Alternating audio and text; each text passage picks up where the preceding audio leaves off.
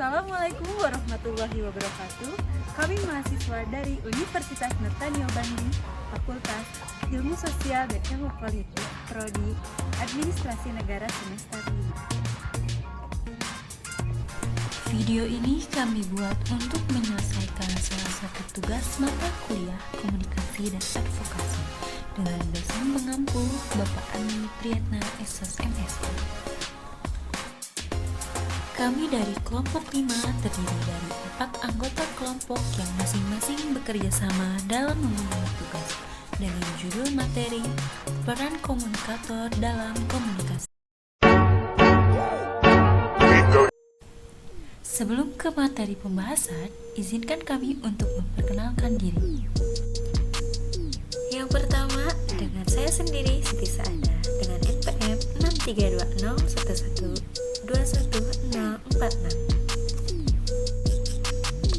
Lalu selanjutnya, dengan nama Giovanni Nugraha Saputra, NPM 63201121011. Selanjutnya, atas nama Elsa Aprilia dengan NPM 63201121041. Lalu yang terakhir dengan nama Adib Sirajudin NPM 63201121020. Baiklah, kami dari kelompok 5 akan mempresentasikan materi dengan judul Peran Komunikator dalam Komunikasi.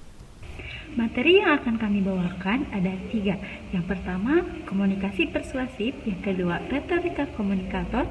Dan yang terakhir, kredibilitas komunikator. Oke teman-teman, di sini saya akan menjelaskan apa sih komunikasi persuasif itu. Nah, komunikasi persuasif merupakan jenis komunikasi yang bertujuan untuk meyakinkan, mempengaruhi, atau merayu orang lain agar menerima ide, pendapat, atau tindakan yang diusulkan oleh pengirim pesan. Komunikasi persuasif juga merupakan proses komunikasi yang bertujuan untuk mempengaruhi sikap, pendapat, dan perilaku seseorang, baik secara verbal maupun non-verbal. Baik teman-teman, di sini juga ada 3 ciri-ciri komunikasi persuasif ya. Yang pertama ada kejelasan tujuan. Tujuan komunikasi persuasif adalah untuk mengubah sikap, pendapat, dan perilaku. Yang kedua ada memikirkan secara cermat orang yang dihadapi. Sasaran persuasi memiliki keragaman yang cukup kompleks. Keragaman tersebut dapat dilihat dari karakteristik demografis, jenis kelamin, level pekerjaan, suku bangsa, hingga gaya hidup. Yang ketiga ada memilih strategi komunikasi yang tepat. Strategi komunikasi persuasif merupakan perpaduan antara perencanaan komunikasi persuasif dengan manajemen komunikasi. Nah, berdasarkan ciri-ciri komunikasi di atas, bahwa komunikasi persuasif memiliki tujuan yaitu untuk mengubah sikap, pendapat, dan perilaku yang dapat dijadikan bahan acuan dalam keberhasilan komunikasi tersebut. Nah, di sini ada 3 unsur komunikasi persuasif. Yang pertama ada persuader atau komunikator. Nah, merupakan orang atau individu yang mempengaruhi pesan di mana pesan tersebut memberikan pengaruh sikap, pendapat, hingga perilaku orang lain secara verbal maupun non-verbal. Yang kedua ada materi pembicaraan yang dihasilkannya pesan. Yang ketiga ada komunikan. Nah, komunikan ini individu yang menjadi tujuan pesan disampaikan oleh komunikator baik secara verbal maupun non-verbal.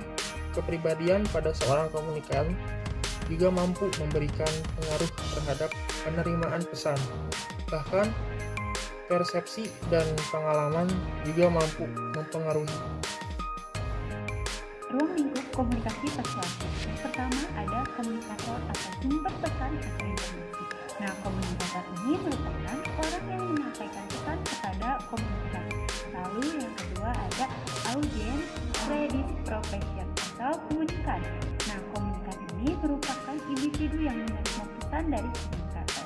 Lalu selanjutnya content of communication atau pesan yang disampaikan Nah, pesan yang disampaikan ini merupakan maksud atau isi dari pesan tersebut. Artinya, Komunikator dapat menyampaikan pesan kepada komunikan. Dalam hal ini, komunikan dapat memahami maksud komunikator sehingga komunikator merasa puas karena pesannya tersampaikan dengan baik kepada komunikan. Lalu ada group conformity modifier atau penerima pesan. Ini bisa berupa grup atau organisasi.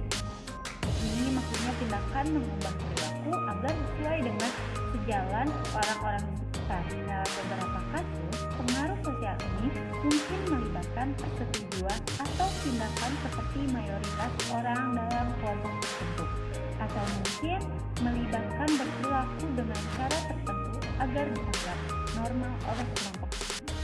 Lalu ada individual personality factor atau faktor kepribadian individunya masing-masing. Lalu konteks situasional atau situasional atau keadaan lingkungan yang menjadi tempat lahirnya sebuah teks. Kemudian ada media menyampaikan pesan. Apa sih media menyampaikan pesan ini? Media menyampaikan pesan ialah fasilitas seperti misalnya fasilitas komunikator nih dalam menyampaikan pesannya, contohnya HP, buku, atau yang lainnya. Lalu yang terakhir adanya respon dari komunikan antar komunikan dan komunikator. Jadi tidak hanya berbicara satu orang saja, tetapi adanya respon dari masing-masing. Yang pertama, perubahan sikap attitude change. Sederhananya, komunikasi persuasif adalah komunikasi yang dilaksanakan untuk mengubah pandangan, pemikiran, pendapat, dan perilaku komunikannya. Setiap komunikator memiliki tujuan yang berbeda ketika membujuk komunikannya. Agar tujuan itu tercapai, komunikator harus menguasai berbagai teknik komunikasi yang bisa menumbuhkan motivasi atau minat halaiknya. Lalu yang kedua ada di perubahan pendapat atau opinion change. Nah, jadi seorang komunikator harus bisa membuat komunikan berubah pendapat sesuai dengan keinginan komunikator. Ini merupakan tugas komunikator dalam mempengaruhi komunikan. Lalu yang ketiga ada perubahan perilaku atau behavior change. Menjelaskan tentang perubahan dari sikap seorang individu. Perubahan ini terjadi dari waktu ke waktu. Umumnya perubahan sikap terjadi karena adanya perbedaan sikap individu karena menanggapi rangsangan sesuatu. Lalu yang terakhir perubahan sosial atau social change. Nah, social change ini merupakan segala perubahan pada lembaga-lembaga kemasyarakatan dalam suatu masyarakat yang mempengaruhi sistem sosialnya, mencakup nilai, sikap, dan pola perilaku di antara kelompok dalam masyarakat. Perubahan sosial dapat terjadi karena beberapa faktor seperti keinginan, keputusan, pengaruh eksternal, peristiwa-peristiwa tertentu, dan munculnya tujuan bersama. Perubahan sosial dapat terjadi dalam berbagai bentuk seperti evolusi dan revolusi. Perubahan yang direncanakan dan tidak direncanakan, serta perubahan besar dan kecil. Perubahan sosial dapat memiliki dampak positif atau negatif pada masyarakat, seperti perubahan dalam struktur sosial, budaya, dan aturan perilaku. Dalam sosiologi, perubahan sosial merupakan salah satu topik yang penting untuk dipelajari. Selanjutnya kita akan membahas mengenai retorika komunikator. Retorika dalam bahasa Inggris disebut retorik, dalam bahasa Latin retorika, dan dalam bahasa Yunani yakni retor, yang artinya ilmu berbicara, seni bicara, atau mahir berbicara. Retorika adalah ilmu dan seni dalam berbicara, mengatur komposisi kata, menyampaikan atau mengajak orang lain sehingga mudah dipahami dan diterima pendengar, serta terkesana atas apa yang diucapkan. Kesenian berbicara ini bukan hanya berarti berbicara secara lancar, tanpa jalan pikiran yang jelas dan tanpa isi, melainkan suatu kemampuan untuk berbicara secara singkat, padat, jelas, mengesankan, serta dapat dipahami dengan baik oleh pendengar maksud yang dibicarakan oleh pembicara. Berbicara berarti mengucapkan kata atau kalimat kepada seseorang atau sekelompok orang untuk mencapai suatu tujuan tertentu. Misalnya, kita memberi suatu informasi kepada seseorang melalui lisan. Berbicara merupakan suatu kemampuan khusus manusia. Dengan berbicara yang baik, yakni berbicara yang menarik, bernilai positif, menghibur, dan bisa mempengaruhi orang lain, dapat meningkatkan kualitas diri kita yang baik terhadap orang lain. Retorika sering digunakan pembicara atau komunikator dalam komunikasi publik untuk menyampaikan pesan dan membujuk atau mempersuasi halayaknya. Keberhasilan retorika dapat tercapai jika pembicaranya memperhatikan 3 hal penting, yakni etos, etika atau kredibilitas, patos, emosi, dan logos atau logika. Selanjutnya kita akan membahas mengenai prinsip retorika. Seperti yang telah kita bahas sebelumnya, ada 3 hal penting atau prinsip retorika. Di antaranya, yang pertama, etos. Kepribadian komunikator etos merupakan sumber kepercayaan, source credibility, yang ditunjukkan oleh seorang orator bahwa ia memang pakar dalam bidangnya karena seorang ahli, maka ia dapat dipercaya. Seorang komunikator yang handal mau tidak mau harus melengkapi dirinya dengan dimensi etos yang memungkinkan orang lain menjadi percaya. Etos sendiri terdiri dari pikiran baik, akhlak yang baik, dan maksud yang baik, good sense, good moral character, and goodwill. Yang kedua, logos. Logos diartikan sebagai imbauan logis yang ditunjukkan oleh seorang orator bahwa uraiannya masuk akal, sehingga patut diikuti dan dilaksanakan oleh halayak. Yang ketiga, patos. Emosi dan karakter komunikan. Patos diartikan sebagai imbauan emosional yang ditunjukkan oleh seorang orator dengan menampilkan gaya dan bahasanya yang membangkitkan kegairahan dengan semangat yang membara pada audiens. Materi selanjutnya, menurut Dori, retorika dibagi menjadi beberapa bagian, di antaranya monologika. Monologika merupakan seni berbicara secara monolog, di mana hanya ada seorang yang berbicara. Dalam model retorika ini, biasanya terjadi dalam proses pidato yang bersifat satu arah, sebab hanya satu orang yang berbicara, komunikator, dan yang lain sebagai pendengar atau komunikan.